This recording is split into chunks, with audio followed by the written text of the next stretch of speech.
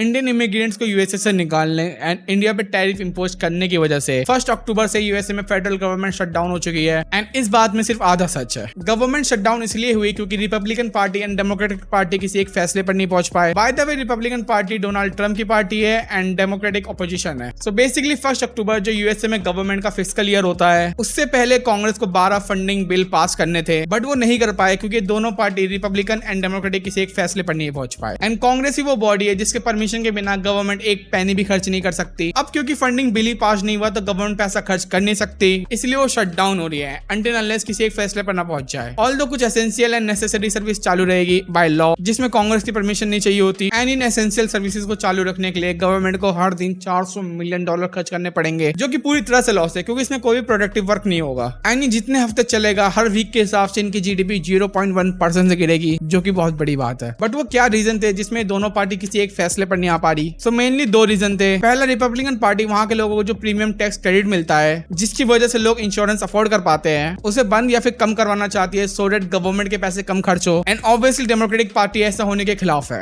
And second, Republican party medical programme में cuts करके पैसे बचाना चाहती है गवर्नमेंट के, एंड डेमोक्रेटिक पार्टी ऐसा नहीं होने देना चाहती। एंड अगर तुम इसे थोड़ा दूर से देखोगे तो तुम्हें दोनों ही सही लगेंगे, क्योंकि रिपब्लिकन पार्टी चाहती है कि गवर्नमेंट का कम पैसा खर्च हो, एंड वहीं दूसरी साइड डेमोक्रेटिक पार्टी भी सही है क्योंकि वो जो प्रीमियम टैक्स क्रेडिट मिलता है उसी की वजह से काफी सारे लोग अफोर्ड कर पाते हैं इंश्योरेंस। एंड अगर गवर्नमेंट ने वो प्रीमियम टैक्स क्रेडिट देना बंद कर दिए तो 7.3 मिलियन लोग अपनी हेल्थ कवरेज खो देंगे क्योंकि अफोर्ड ही नहीं कर पाएंगे। एंड इसी की वजह से ये लोग एक फैसले पर नहीं आ पाए एंड गवर्नमेंट शट डाउन हो गई। एंड सेनेट, जिसको तुम इंडिया का पार्लियामेंट भी समझ सकते हो, ऑल्दो दोनों सेम नहीं है बट मोटा मोटी मान लो, उसमें रिपब्लिकन पार्टी पर 100 में से 53 सीट्स है एंड डेमोक्रेटिक पार्टी पर सिर्फ 47 seats. But still Republican party कोई भी बिल यूं ही पास नहीं कर सकती। इसे चाहिए 60% वोट कोई भी बिल पास करवाने के लिए, एंड डेमोक्रेटिक पार्टी अपने वोट्स यूज कर रही है फंडिंग बिल को ब्लॉक करने के लिए जब तक उनकी डिमांड फुलफिल ना हो जाए। एंड ये चेक एंड बैलेंस का सिस्टम थोड़ा कॉम्प्लिकेटेड है, बट ये बनाया ही ऐसे गया है जिससे गवर्नमेंट अपने मन से पैसे ना खर्च करने लग जाए।